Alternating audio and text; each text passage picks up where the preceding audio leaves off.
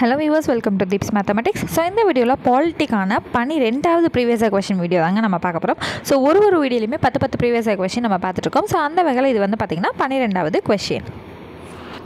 So இதுக்கு முன்னாடி post பண்ண வீடியோஸ் எல்லாமே நீங்கள் பார்க்கணும்னு நினச்சிங்கன்னா அதுக்கான பிளேலிஸ்ட் நான் தனியாக நம்மளோட சேனலே க்ரியேட் பண்ணி வச்சுருக்கேங்க.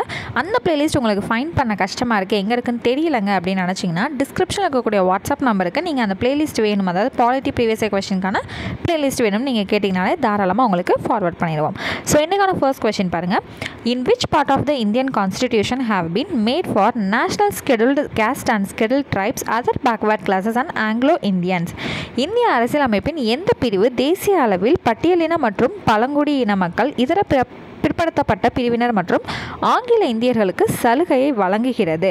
ஸோ இதெல்லாம் வந்து ரொம்ப ரொம்ப முக்கியமான ஒரு விஷயங்க. ஸோ எந்த பகுதி வந்து நமக்கு கொடுக்குது, அதாவது எந்த பிரிவு வந்து கொடுக்குது அப்படிங்கிறப்ப பார்ட் 16, அதாவது பிரிவு 16. ஓகேங்களா? ஸோ இந்த கொஷின்ஸ் எல்லாமே வந்து 2023 கேட்கப்பட்ட பாலிட்டி கொஷின்ஸுங்க. ஸோ அடுத்தது இன்றைக்கான செகண்ட் கொஷின் பார்த்தலாம். Social movement is one of the major forms of. சமூக இயக்கம் என்பது டான்ஸ் என்பதன் ஒரு இன்றியமையாத வடிவமாகும். ஸோ ஆப்ஷன்ஸ் பாருங்கள். கூட்டு நடத்தை, மத நடத்தை, கலாச்சார நடத்தை, தனி மனித நடத்தை, collective behaviour, religious behaviour, cultural behaviour, individual behaviour. So இதுக்கான ஆன்சர் வந்து பார்த்தீங்க அப்படின்னா கூட்டு நடத்தை. ஸோ சமூகம் அப்படின்னா ஒரு கூட்டாக தான் நம்ம இருக்கணுங்கிறது இருக்குது இல்லைங்களா? ஸோ சோசியல் மூமெண்ட் அப்படிங்கிறது கலெக்டிவ் பிஹேவியர். சமூகம் அப்படின்னா எல்லா மக்களும் சேர்ந்தது தான் சமூகம். அப்போ அது ஒரு கூட்டு நடத்தை. அடுத்தது, a registered party is recognized as a national party only if it wins %% of the total number of seats in the Lok Sabha from at least 3 different states. குறைந்தது 3 வெவ்வேறு மாநிலங்களில் இருந்து மக்களவையின் மொத்த இடங்களில் %% இடங்களில் வெற்றி பெற்றால் மட்டுமே பதிவு செய்யப்பட்ட தேசிய கட்சியாக அங்கீகரிக்கப்படும். ஸோ இது எல்லாமே உங்களுக்கு டீட்டெயில்டாக 9th ஸ்டாண்டர்ட் சிவிக்ஸ்லேயே வந்து உங்களுக்கு இருக்குங்க. ஸோ இது வந்து பார்த்தீங்கன்னா குறைஞ்சபட்சம் எவ்வளோ இருந்துச்சுன்னா தேசிய கட்சியாக அங்கீகரிக்கப்படும் அப்படின்னு பார்த்தீங்கன்னா 2%. ஓகேங்களா? அதுவும் எதில் அப்படின்னு வந்து பார்த்திங்கன்னா லோக்சபாவில் வந்து வெற்றி பெற்றிருக்கணும். ஓகேங்களா? மக்களவை அப்படிங்கிற சீட் வாங்கி அதில் நம்ம வெற்றி பெற்றிருந்தால் மட்டும்தான் அந்த கட்சி நேஷனல் கட்சியாக வந்து அறிவிக்கப்படும். அடுத்த கொஷினுங்க. Consider the following statements about the attorney general of India. இந்திய தலைமை வழக்கறிஞரை பற்றி பின்வருவனவற்றை கருத்தில் கொள்க. He is appointed by the President of India. He must have the same qualification on par with the judge of the Supreme Court.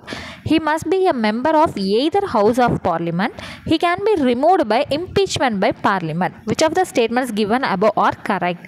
So யாரை பற்றி? தலைமை வழக்கறிஞர் பற்றி.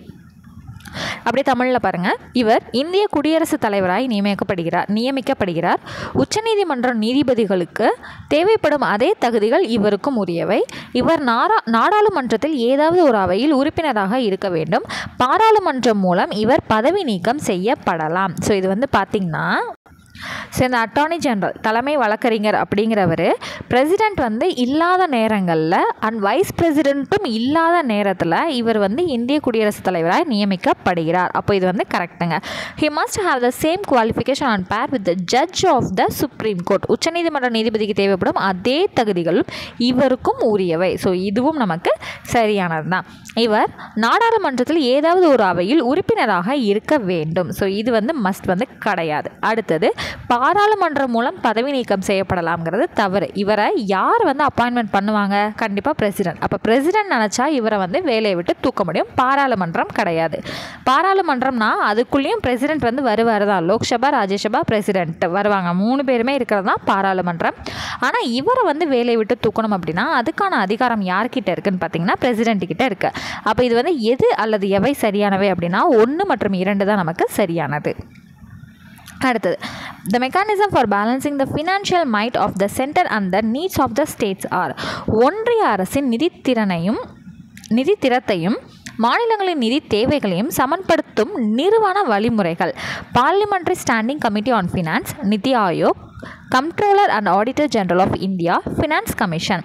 ஸோ பாராளுமன்ற நிதிநிலை குழு, நிதி ஆயோக், இந்திய தலைமை தணிக்கை கட்டுப்பாட்டு அதிகாரி, நிதி ஆணையம். ஸோ இதில் வந்து என்ன கேட்டிருக்காங்க?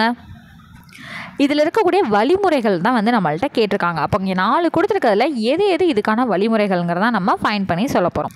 ஸோ அப்படி பார்க்குறப்போ ஒன்றிய அரசோட நிதித்திறம் மாநிலங்களோட நிதி தேவைகளை சமன்படுத்தக்கூடிய நிதி வழிமுறைகள் அப்படின்னா நிறுவன வழிமுறைகள்னால் நிதி ஆயோக் மற்றும் நிதி ஆணையம், நிதி ஆயோக், ஃபினான்ஸ் கமிஷன். ஓகேங்களா? அப்போ செகண்ட் அண்ட் ஃபோர்த் ஆப்ஷன் சியில் இருக்கக்கூடிய 2 மற்றும் 4. அடுத்தது first municipal corporation in India was set up at. இந்தியாவில் முதல் மாநகராட்சி எங்கே வந்து அமைக்கப்பட்டது அப்படின்னு பார்த்தீங்கன்னா மதராஸ். ஓகேங்களா? இந்தியாவில் அப்படின்னு கேட்டிருக்காங்க. நீங்கள் வந்து ஸ்ட்ரெயிட்டாக தமிழ்நாட்டில் இருக்க ஊரை பற்றி நீங்கள் யோசிக்கக்கூடாது. 9th புக்கில் படிச்சிருக்கிறத வச்சு யோசிக்கக்கூடாது. அவங்க கேட்டிருக்கிறது இந்தியாவில். அடுத்தது which one of the following president of India was elected unopposed? கீழ்கண்ட இந்திய குடியரசுத் தலைவர்களில் போட்டியின்றி தேர்ந்தெடுக்கப்பட்டவர் யார் அப்படின்னு பார்த்தீங்கன்னா ஆப்வியஸாக நீலம் சஞ்சீவ் ரெட்டி.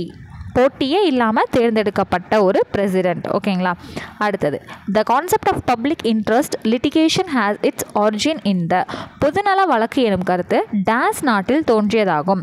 ஸோ பொதுநல வழக்கு அப்படிங்கிறது எங்கே தோன்றுச்சுன்னா அமெரிக்காவில், யுனைடெட் ஸ்டேட்ஸ் ஆஃப் அமெரிக்க ஐக்கிய நாடுகள். அடுத்தது The constitutional status of the right to information is ensured in the Indian Constitution under the. இந்திய அரசியலமைப்பின் H சட்டப்பிரிவின் கீழ் தகவல் அறியும் உரிமையின் அரசியலமைப்பு தகுதி நிலை உறுதி செய்யப்பட்டுள்ளது. ஸோ இதுக்கான ஆர்டிக்கிள் வந்து பார்த்திங்கன்னா 19(1) A. ஓகேங்களா? சட்டப்பிரிவு 19(1) A. இதெல்லாம் ரொம்ப முக்கியங்க, நல்லா தெரிஞ்சு வச்சுக்கோங்க. ரைட் டு இன்ஃபர்மேஷன் RTI அப்படிங்கிறது ரொம்ப ரொம்ப முக்கியமான ஒரு கொஷின்ஸ் எப்போவுமே. அடுத்தது இன்றைக்கான last question which of the following about the meaning of RTI is correct. அப்படியே கண்டினியூவாக அந்த கொஷினே வந்திருக்கு பார்த்தீங்களா? பின்வருவனவற்றில் தகவல் அறியும் உரிமை சட்டத்தின்படி சரியானது அல்லது சரியானவை எது அல்லது எவை? Demanding information from the government, getting information from media, freedom of people to have access to government information.